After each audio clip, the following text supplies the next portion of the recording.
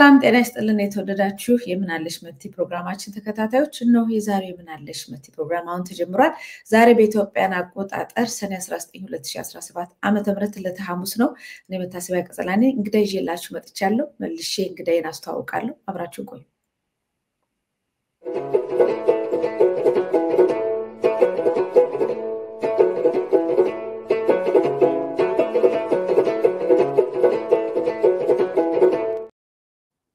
እንኳን ደህና መጡ ዲያቆን ማን ያዘዋል አበበ ስለመጡልኝ ስለተገኙልኝ እጅግ በጣም አመሰግናለሁ።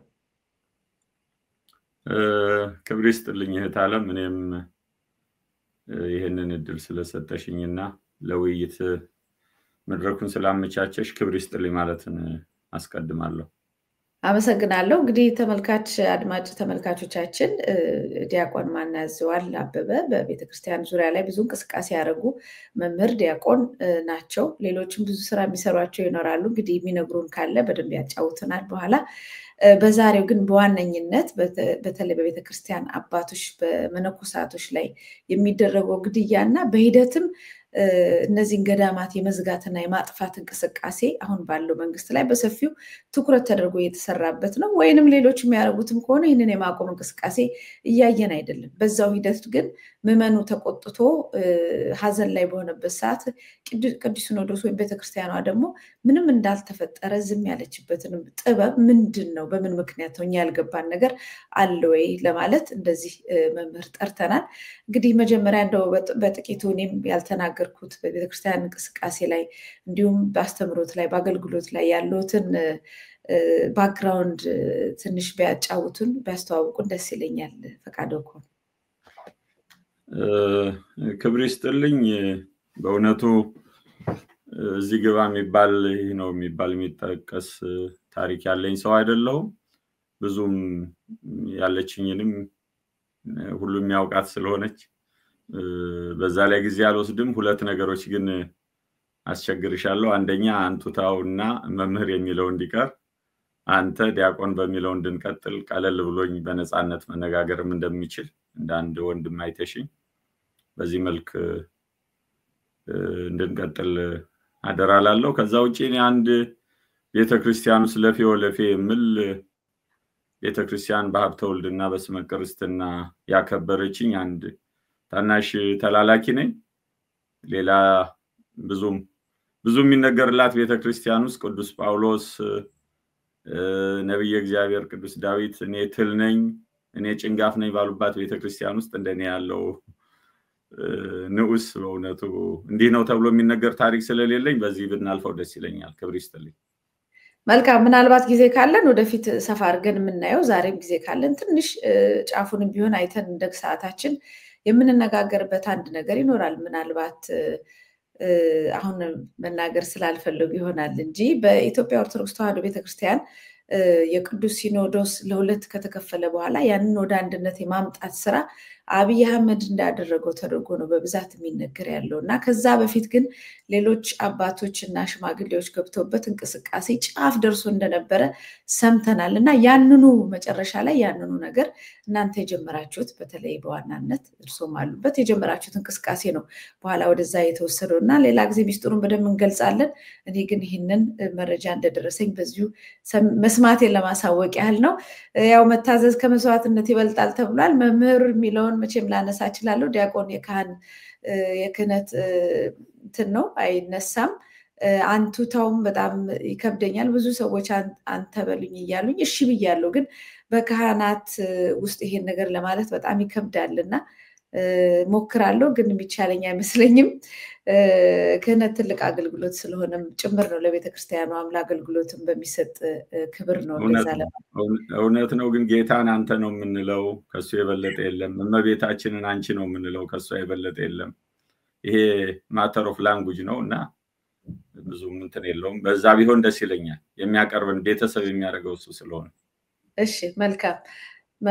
እንግዲህ መጀመሪያ ሰሞኑን እየሰማን ያለነው ዜና መቼም ዛሬም ብቻ አይደለም እንደው ከዚህ ቀደም በኢትዮጵያ ኦርቶዶክስ ተዋሕዶ ቤተክርስቲያን በታሪክም በስንክሳርም በብዙም የተጻፈላት ብዙ የማጥፋት ቤተክርስቲያኗን የማጥፋት እንቅስቃሴ ሀገር የማፍረስ እንቅስቃሴ ጋር አብሮ ስለሚሄድ ጠላቶች ከውጭም የመጡ ከውስጥም ደግሞ ከውጭ እየታገዙ ኢትዮጵያን ለማጥፋት የተነሱት በዋነኛነት ኢትዮጵያ ኦርቶዶክስ ተዋሕዶ ቤተክርስቲያን እንደ አንድ ሀገርን አላስጠፋም ካለች ተቋም አንጻር ይጠሏታል፣ ይታገሏታል። ብዙ ጥፋትም ተደርጓል። ግን ያንን ሁሉ አልፋ እዚህ ደርሳለች።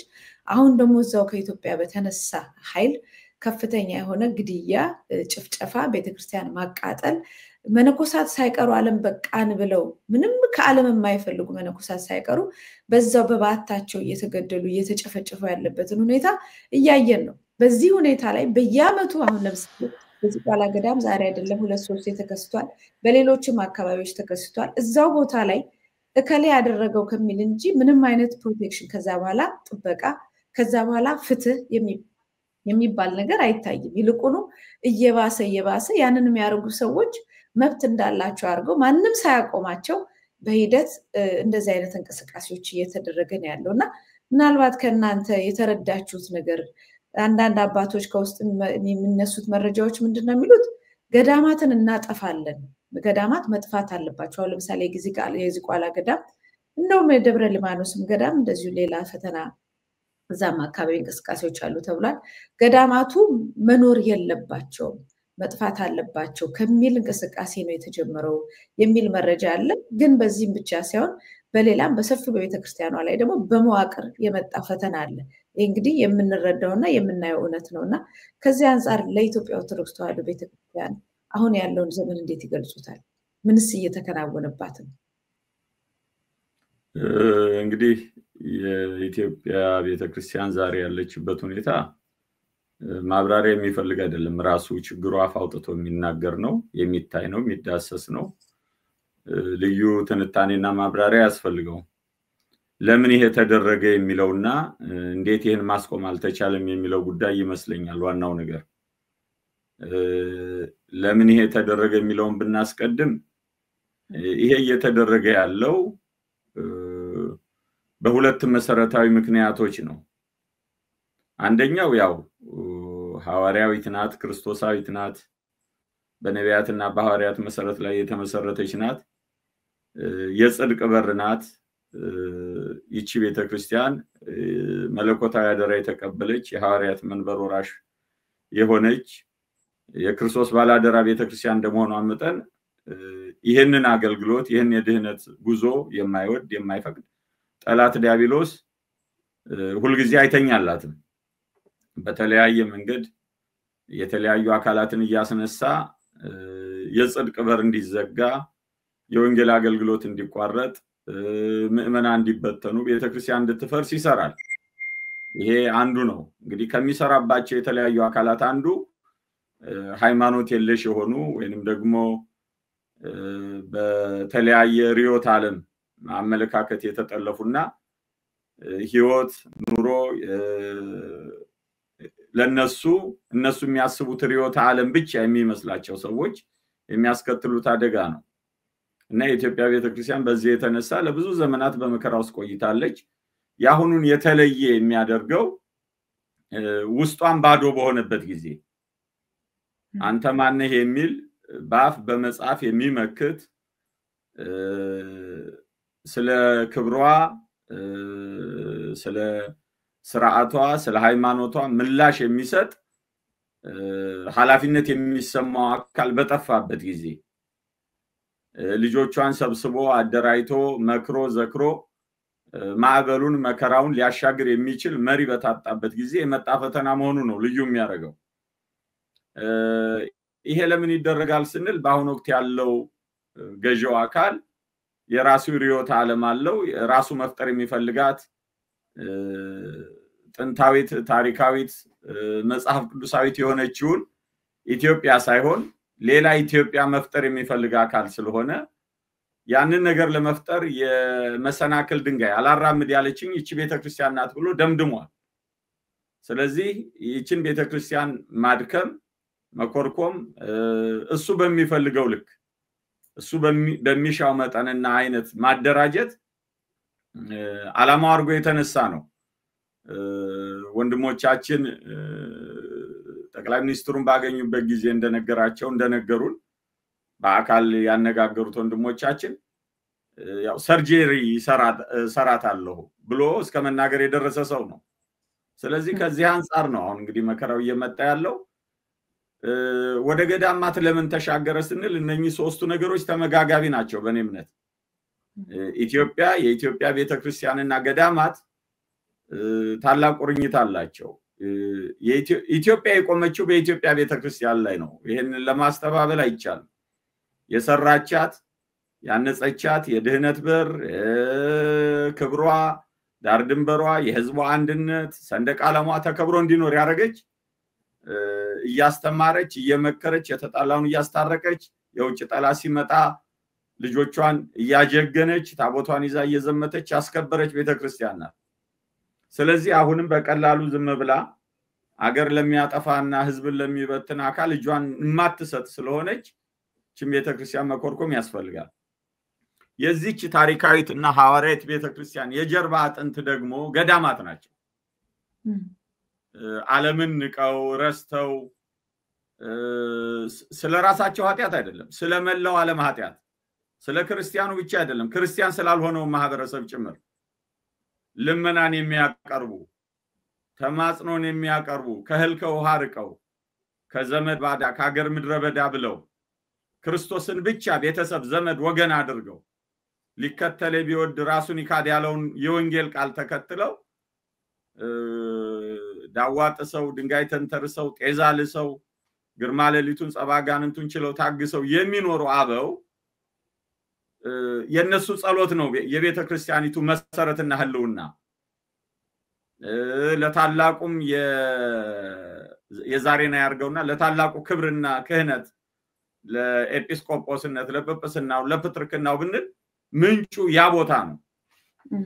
ስለዚህ አሁን ጊዜ ረርቷቸው የዘመን ጎርፍ አምጥቷቸው ቤተ ክህነቱን የተቆጣጠሩ ምንኩስና ምን እንደሆነ ያልገባቸው ወይንም ደግሞ ጀምረው ያቋረጡ የምንኩስናን ህይወት ጀምረው ያቋረጡ ወይም ደግሞ ጭራሽ የማያውቁት በጓሮ በር በፖለቲካ በመንደር በምን ተሾመው የገቡ የሚመሩበት ወቅት ስለሆነ ይሄ አካል በዚሁ እንዲቀጥል ለማድረግ ሌላ ከዋክብት እንዳይወጡ ለቤተክርስቲያን ለመንጋው የሚያስቡ ነገ የሐዋርያት መንበር ወራሽ የሆኑ ንቁ ብቁ የሆኑ ለመንጋው የሚጨነቁ እውነተኛ የክርስቶስ አገልጋዮች የሚገኙበት የሚወጡበት በጸሎታቸው ለሀገር ላይ ህዝብ ላይ ቤተክርስቲያን ላይ የሚመጣው መከራ የሚታደጉ አባቶች እንዳይኖሩ ማድረግ ስለሚፈልግ ነው እንግዲህ ገዳማት ትኩረት የተደረገባቸውና በዚህን ያህል እየተገደሉ ወደ ገደል የሚጣሉት በጥይት አረር እንዲያሩ የሚደረጉት ምንም በደል ስለተገኘባቸው አይደለም ስለ ገዳዮቹ ሳይቀርኮ የሚጸልዩ ናቸው ስለሚገሏቸው ሰዎች ግን በዚህ ደረጃ የተጠሉበት ዋነኛ ምክንያት የቅድስት ቤተክርስቲያን የጀርባ አጥንት ገዳማት ናቸው። ይሄ የጀርባ አጥንት ካልተመታ ይቺ ቤተክርስቲያን አትወድቅም። ይቺ ቤተክርስቲያን ካልወደቀች ደግሞ እነሱ የሚፈልጓት ኢትዮጵያ አዲሲቱ በመንደር በሰፈር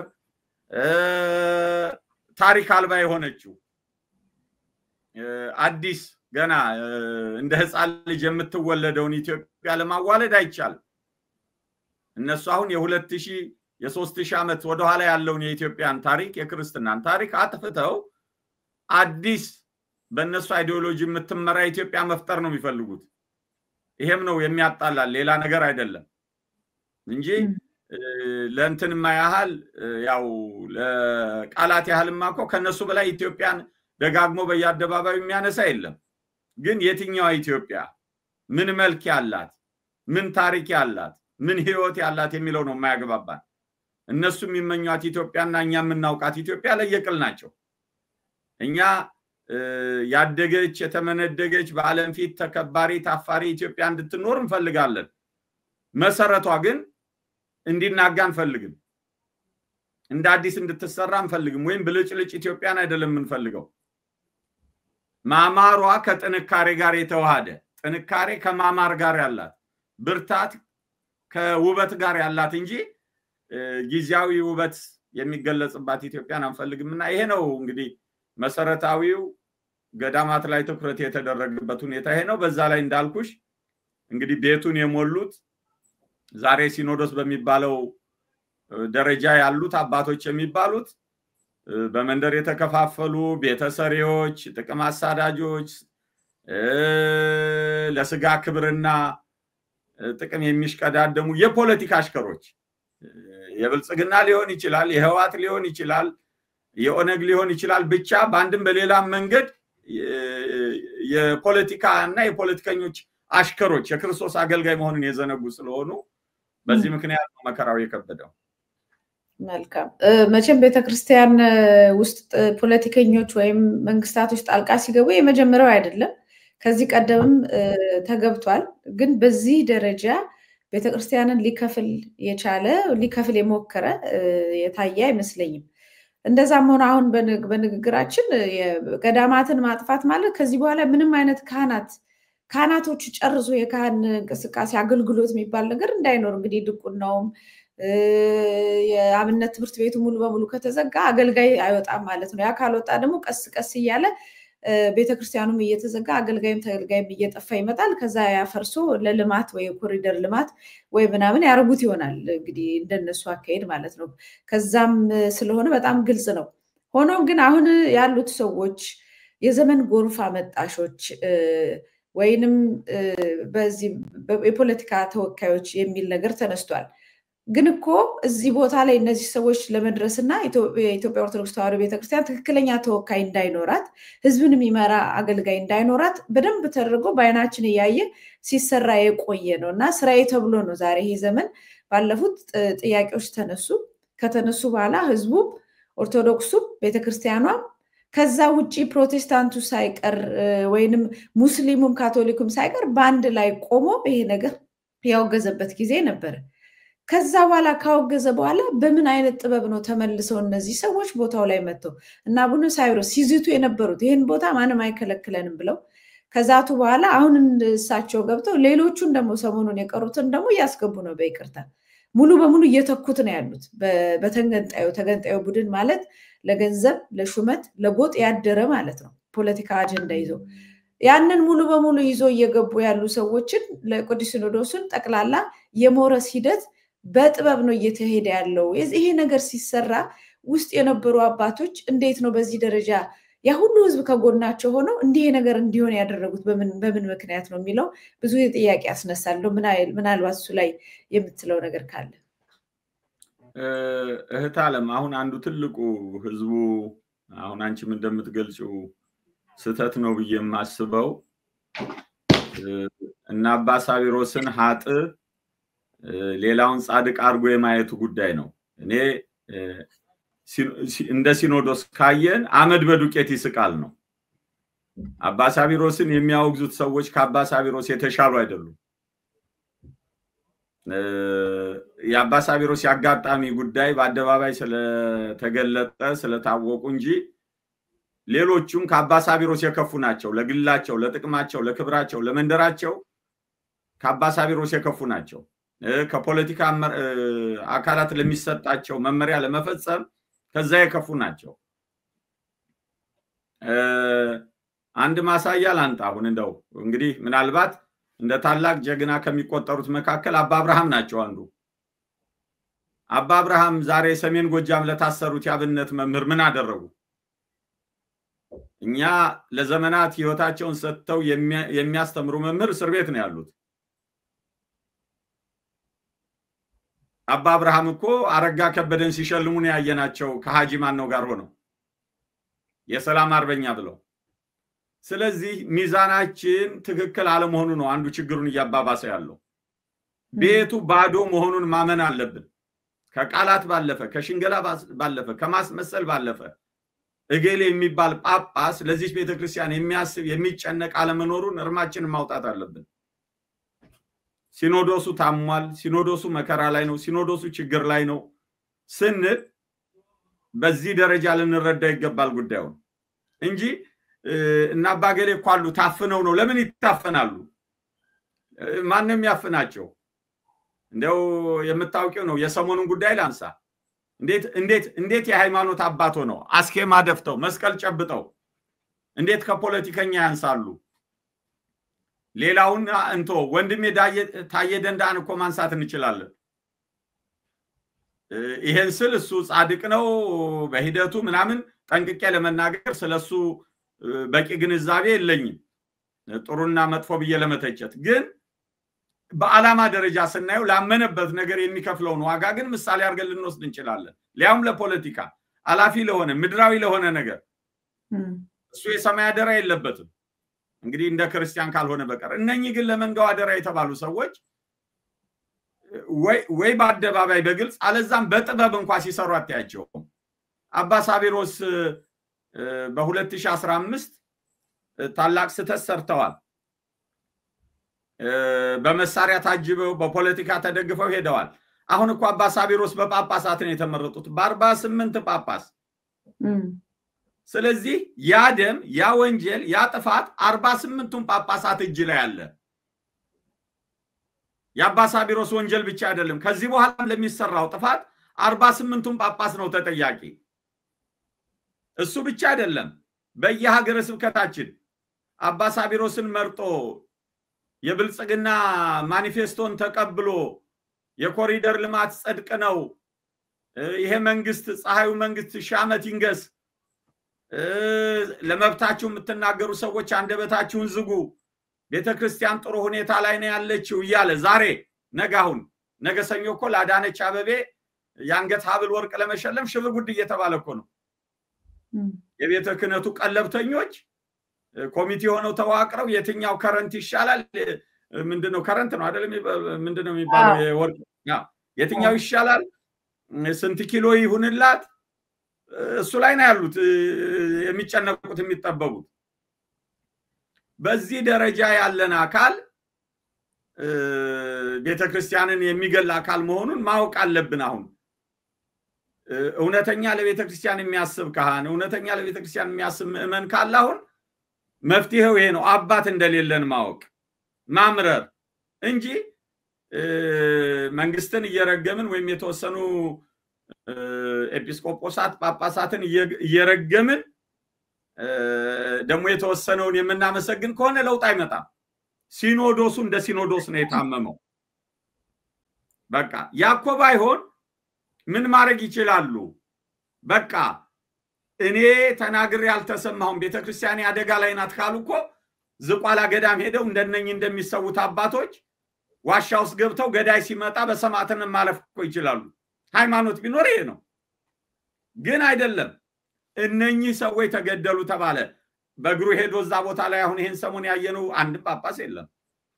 የምስራቅ ሸዋ ሊቀ ጳጳስ በሃይዌይ ከናዝሬት አዲስ አበባ ከናዝሬት ዘዋይ ይሄዱ ካልሆነ በቀር ያለ ልክ ስም ተሸክመዋል። የምስራቅ ሸዋ ሀገረ ስብከት ሊቀ ጳጳስ የዘዋይ ካህናት ማሰልጠኛ ምናምን ኮሌጅ የበላይ ጠባቂ የሃይማኖቶች ጉባኤ የቦርድ ሊቀመንበር በቃ ስም እየተሸከሙ ብቻ መንገዋለል ነው ስራቸው። ስለዚህ የህዝብ አባት አላገኘም እና ትልቁ ችግር ሲኖዶሱ ታሟል። ስለዚህ ህዝብ በአንድነት ሆኖ ይሄ ሲኖዶስ ከህመሙ እንዲፈወስ ማድረግ አለበት። ሲኖዶሱ ከቅድስናው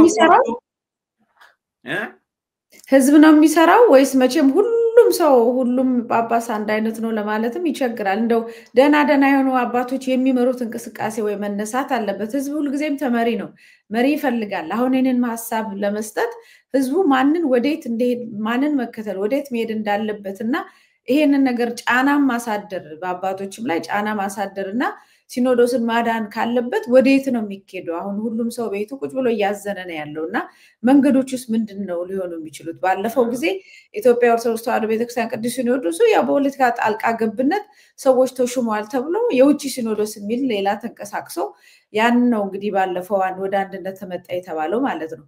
አሁንስ ምንድነው ሌላኛው መንገድ? በእውነቱ ሁለት ነገሮች ላይ ማስመር ፈልጋለሁ ካሁን ንግግርሽ። አንደኛው የውጭው ሲኖዶስ ውጭ ተደራይቶ በነበረበት ጊዜ አሁን ለመጣው ለውጥ ያደረገው አስተዋጽኦ የለም። ድንጋይ ሲወራወሩ ነው የኖሩት። ደጅና ቤት ሆነው ለግል ክብራቸው ለግል ጥቅማቸው ድንጋይ ሲወራወሩ ነው የኖሩት እንጂ ያገር ቤቱ ባገር ቤት ላለው ለነበረው የህዋት መንግስት ታዛዥ በደጅ ደግሞ ያለው በደጅ ለነበሩት ፖለቲከኞች ታዛዥ ሆኖ ነው የኖረው። ለክርስቶስ ታዛዥ ሆኖ አልኖሩም። ይሄ መታወቅ አለበት። አንዱ አደጋ ላይ የሚጥለን የተሳሳተ መረዳት ነው። ሁለተኛው አንዳንድ አባቶች አሉ የሚባል ማም ይባል እንዴ ይሄ ነው እየቀበረን ያለው። ሁሉም መቼም እንደው አንድ አይሆኑም። አንዳንድ አባቶች አሉ ሳይሆን ጥቅል ቃል ሳይሆን እገሌ የሚባል አባት አለ ተብሎ እንነጋገር።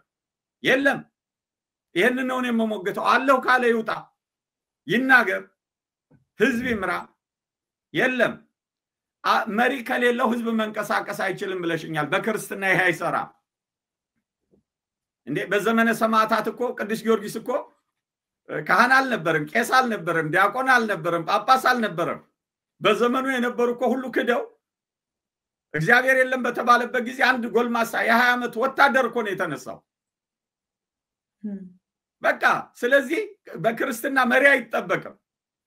የግብጽ ቤተክርስቲያንን እኮ ያዳናት አንድ ወጣት ጊዮርጊስ ዘአቢብ የሚባል እኮ ነው ተነስቶ ታሪክ ለመለወጥና አቡነ ሽኖዳ እና አቡነ ቄርሎስን ዘመን ለመፍጠር የተቻለው። የግድ መሪ አያስፈልግም። እውነቱን መረዳት መሪያችን እኛ መንፈስ ቅዱስ ነው ምን ጊዜም የሚመራን። ከመንፈስ ቅዱስ እስካልተለየን ድረስ ጤናማ የሆነ አይምሮ ያለው ቄስ፣ ዲያቆን፣ ጳጳስ ከተገኘ መመራት የተገባ ነው። ከታጣ ግን መጀመሪያ በቅርብሽ ያለውን ካህን ታየዋለሽ። እሱን ካጣሽ ወደሚመራሽ ጳጳስ ትሄጃለሽ። እሱን ካጣሽ ወደሚመራሽ መንፈስ ቅዱስ ትሻገሪያለሽ። እስከ ዓለም ፍጻሜ ከእናንተ ጋር ነኝ የሚል ቃል ኪዳን ሰጥቷል። ከዛ ደግሞ እንደዚህ አሁን ሰማዕትነት እየከፈሉ ያሉት በገዳም ያሉ አባቶች አሉ። የነሱን መንገድ ትከታያለሽ። መግደል ህግ ይከለክላል። ህግ ብቻ አይደለም ክርስትናም ይከለክላል። መሞት ግን መብት ነው። በዚህ ደረጃ መወሰን አለብን። አሁን ግን እነኚህ ጳጳሳት እንደፈለጉ እንዲሆኑ ያደርጋቸው ህዝቡ አልጨከነም። አዎ የሚሰሩበትን ቤት ገንዘብ የሚሰጥ ህዝቡ ነው። በአሜሪካ በይ፣ በእንግሊዝ በይ፣ በአውሮፓ በይ፣ በአውስትራሊያ በይ በሄዱበት አሁን ሰሞኑን እንኳን አሜሪካን ሀገር ስንት ጳጳስ ነው ያለው? ከኢትዮጵያ ወጥቶ አረጋውያንን የሚሉት እና አባ ቀውስጦስ ሳይቀሩ አሜሪካ ነው ያሉት። ምንድነው ግን የሚያስተላልፉት መልእክት? እየሰማን እኮ ነው። ዝም በሉ አትናገሩ። አዎ የማዘናጊያ ትውልድን የሚገል መልእክት ነው የሚያስተላልፉት። 38ኛ ዓመታቸው ጳጳስ ከሆኑ ተብሎ ልደት ሲከበርላቸው ነው ያየነው። በእውኑ በዚህ ዘመን ልደት የሚከበርበት ጊዜ ነው? ምን ሰርተን ነው የሚከበርልን? ማንን እኛ? የትኛው ስራችን? ቅዱስ ጳውሎስ ቅድም እንደነገርኩሽ እኮ እኔ ትል ነኝ። ቅዱስ ዳዊት ማለት ነው። ቅዱስ ጳውሎስ ደግሞ እኔ ጭንጋፍ ነኝ ባለባት ቤተክርስቲያን መኩነስነስ ምንድነው? አክብሩኝ ማለት ምን ማለት ነው? ህዝቡም ደግሞ ይሄንን ሊለይ ይገባዋል። ክብር ለሚገባው ክብር ስጡ ነው የተባለው። በሃይማኖት ለጸኑት የእውነት አባት ለሆኑት እንጂ ዝም ብሎ ቆብ ደፍቶ ስለመጣ ብቻ፣ መስቀል ጨብጦ ስለመጣ ብቻ፣ ቀሚስ አጥልቆ ስለመጣ ብቻ ወይም ዲያቆን ስለተባለ ወይም መምህር ስለተባለ ወይም ጳጳስ ስለተባለ ወይም መነኮስ ስለተባለ ብቻ መቀበል አይገባም።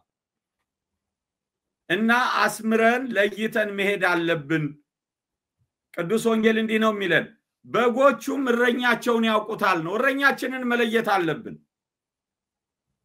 እረኛችን ማን ነው? እውነተኛ እረኛ ነው ወይ ብለን መለየት አለብን። በዚህ ወቅት እየተደረገ ያለው የምታዩ ነው፣ የምትሰሚው ነው፣ አሁን የተናገርኩት ነው።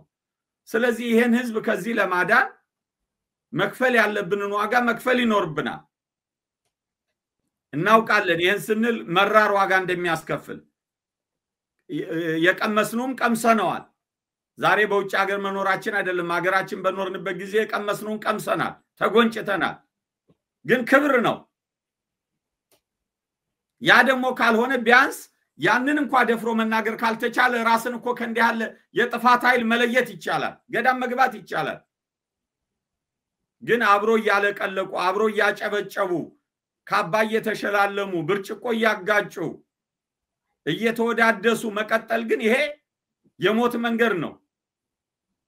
በዛ ላይ ደግሞ ወጥቶ የሚታገለውን አካል ለማሸማቀቅ ለማስፈራራት አንደበቱን ለመያዝ የሚደረገው ትግል አግባብ አይደለም እና እናንተም በሚዲያ ያላችሁ ሰዎች ቁርጡን ለህዝቡ ልትነግሩት ይገባል። አንዳንድ አባቶች አሉ መሪ አጣ አይደለም። በቤተ ክርስቲያን ታሪክ መሪ ስላለ ብቻ አይደለም ተጋድሎ የሚደረገው። በተለይ በዘመነ ሰማዕታት የምናየው ታሪክ። ስለዚህ አሁን ኢትዮጵያ ቤተ ክርስቲያን እያሸበሸበች እሳት ውስጥ እንደገባ ላስቲክ እየተኮራመተች ወደ 4 ኪሎ እየመጣች ነው።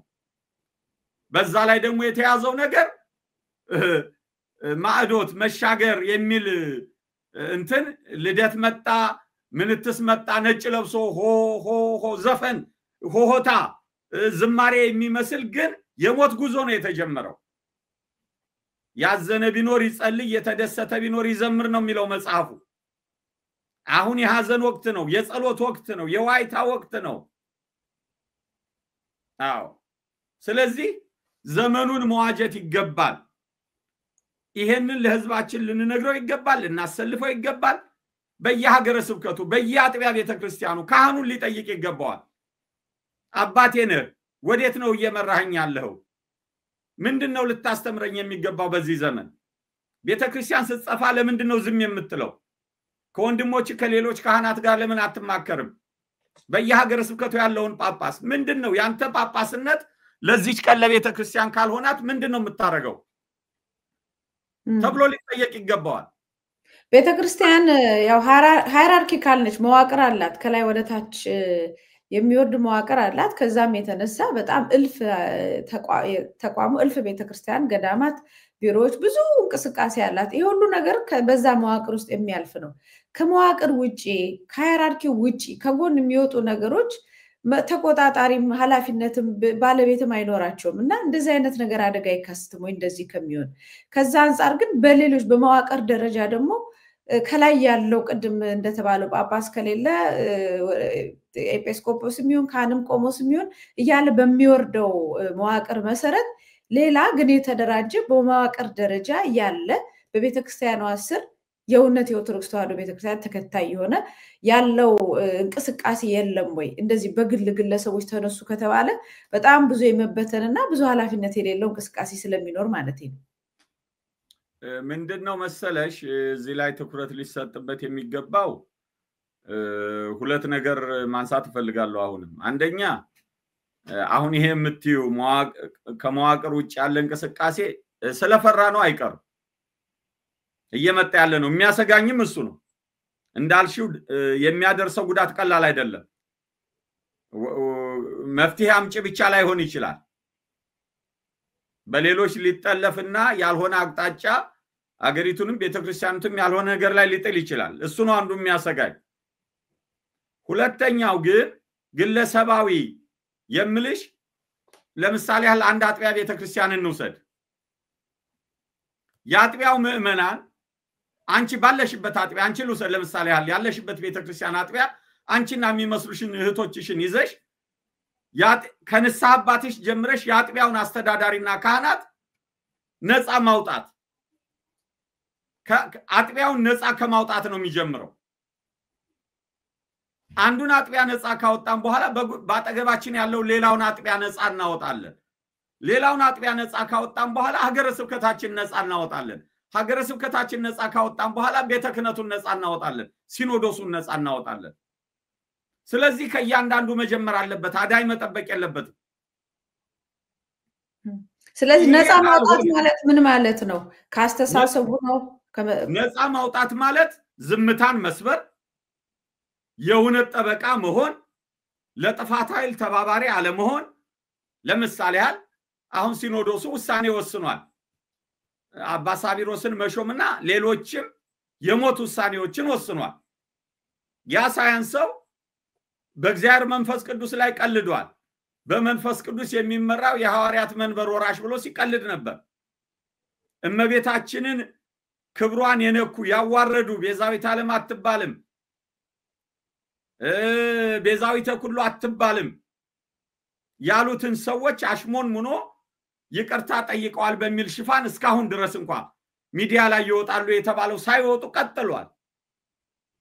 ስለዚህ ይሄንን በሚመለከት በአጥቢያ ደረጃ ህዝቡ ተሰብስቦ ሲኖዶስ የወሰነውን ውሳኔ አንቀበልም፣ የሀገረ ስብከታችን ሊቀ ጳጳስ መልስ እንዲሰጠን እንፈልጋለን። ስለዚህ አንተ አባታችን ነህና ጠይቅልን ሊለው ይገባል የደብሩን አስተዳዳሪ ንስሐ አባቱን። ካህኑ ይሄንን አልሰማም ካለ ከዛ ካህን መለየት ነው። በቃ አባት ልትሆነኝ አትችልም።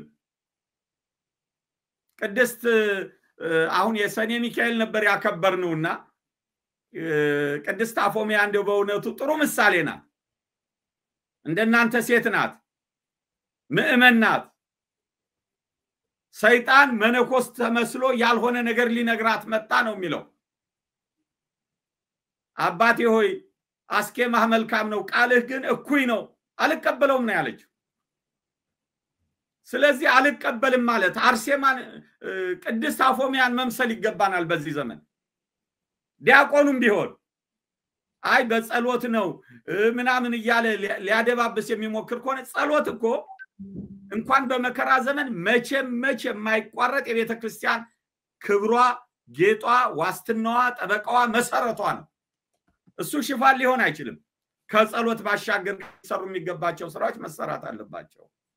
ይሄን ለመስራት ደግሞ አምርሮ መነሳት ያስፈልጋል። የሰንበት ተማሪው መጠየቅ አለበት። ዝም ብሎ ከበሮ እያያዙ ሀሌ ማለት አይደለም። ኦ አባ ማለት አይደለም። ባርከኒ አባ ለማለት ያ ጳጳስ ለመባረክ ብቁ ነው ወይ? መጀመሪያ የሃይማኖት አባት ነው ወይ?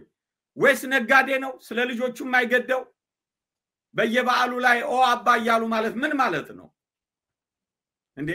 ባርከኝ እኮ የሚባለው በረከት ያለው አባት ነው።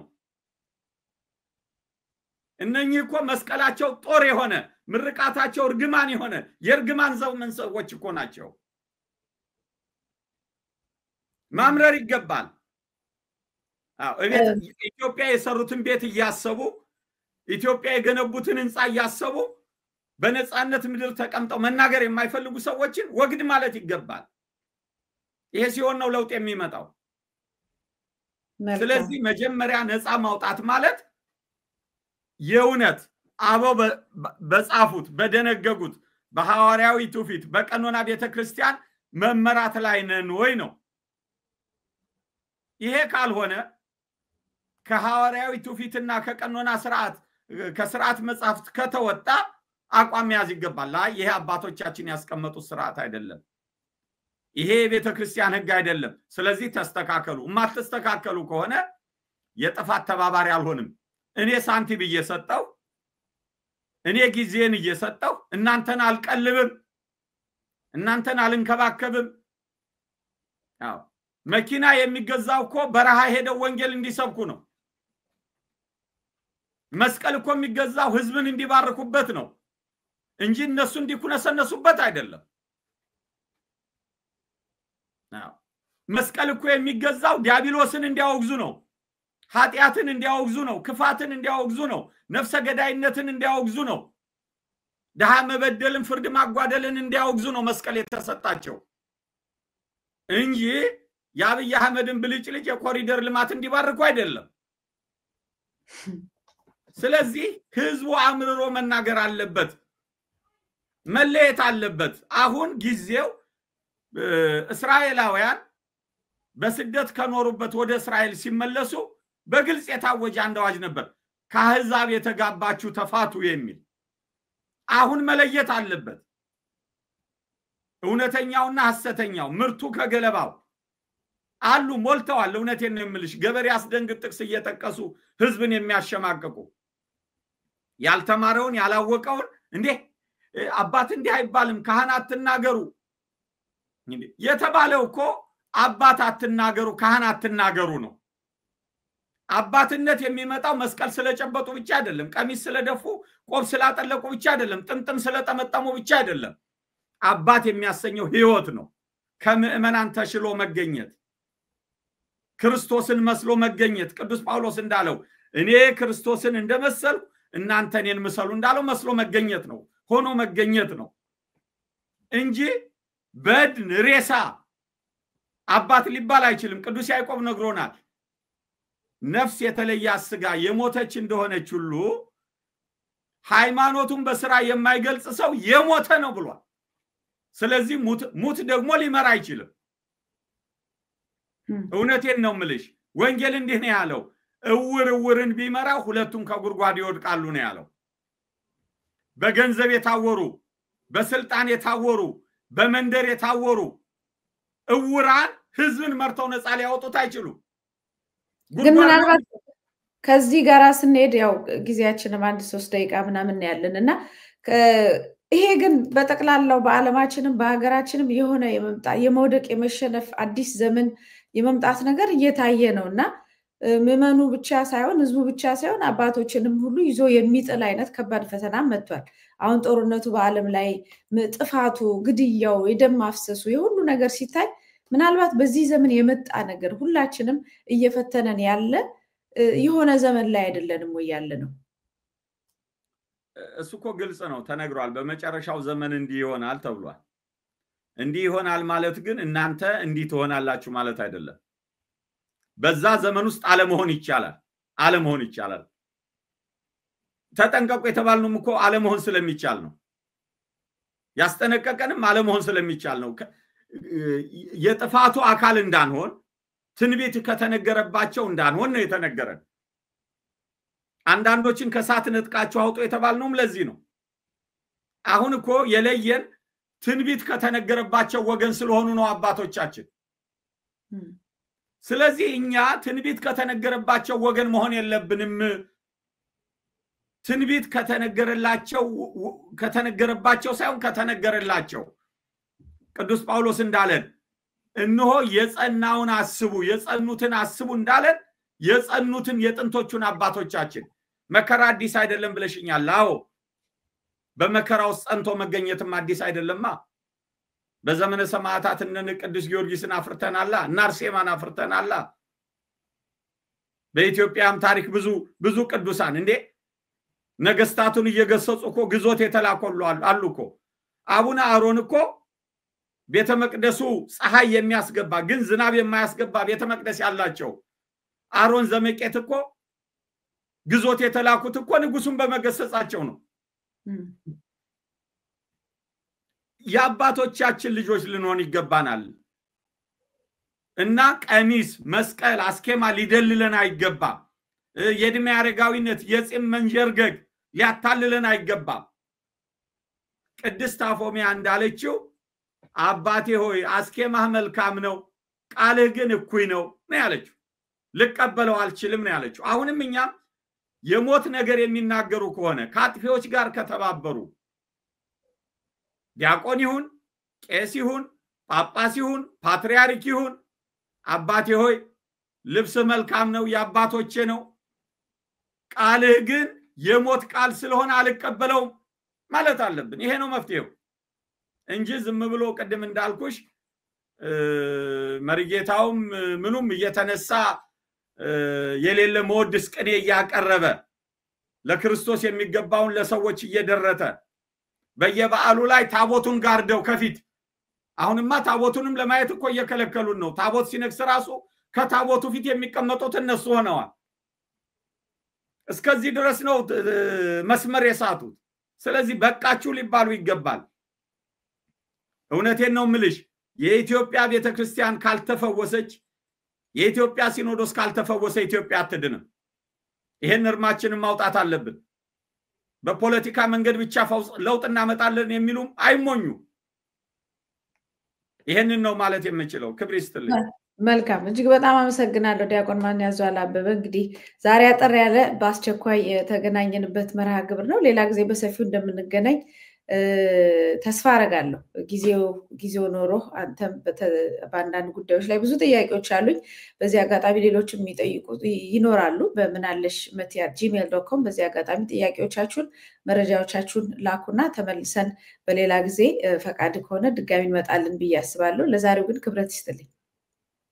እኔም እጅግ አድርጌ ክብር ይስጥልኝ ማለትን አስቀድማለሁ። እንበርታ፣ በርቱ። ክፉ ዘመን ላይ ነው ያለነው፣ መከራ ላይ ነው ያለነው፣ ጭንቀት ላይ ነው ያለነው። ግን ያልፋል። የሚያልፈው ግን እኛ ስንጸና ነው። እኛ ስንበረታ ነው። ሌላ ነፃ አውጪ መጠበቃችንን ትተን ራሳችን ለራሳችን ነፃነት ክርስቶስ ነፃ አውጥቷቸዋል ዳግመኛ በባርነት ቀንበር እንዳትያዙ የተባለውን አስበን ዳግመኛ የባርነት ቀንበር አንገታችን ውስጥ እንዳይገባ ማድረግ ስንችል ነው።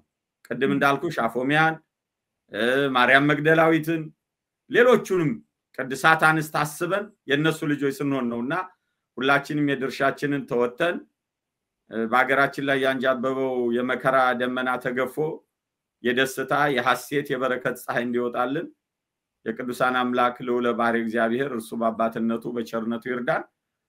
ክብር ይስጥልኝ። እጅግ በጣም አመሰግናለሁ። ተመልካቾቻችንና አድማጮቻችን ስትከታተሉት የቆያችሁት የዛሬው የምናለሽ መቲ ፕሮግራማችን ነው። እንግዲህ ዛሬ ከዲያቆን ማንያዟል አበበ ጋር አጠር ያለ መረጃን የያዘች አስተምሮትን የያዘች ፕሮግራም አዘጋጅተናል። እንደገለጽኩት ፕሮግራማችንን በሚመለከት ጥያቄዎችንም አስፈላጊውን ነገር በምናለሽ መቲ @gmail.com በኢሜል እንድትልኩልኝ አደራላለሁ። ዳግም እስከምንገናኝ ያስተናግድኳችሁ መታሰቢያ ቀጸላ ነበርኩ። ሰላም ቆዩ።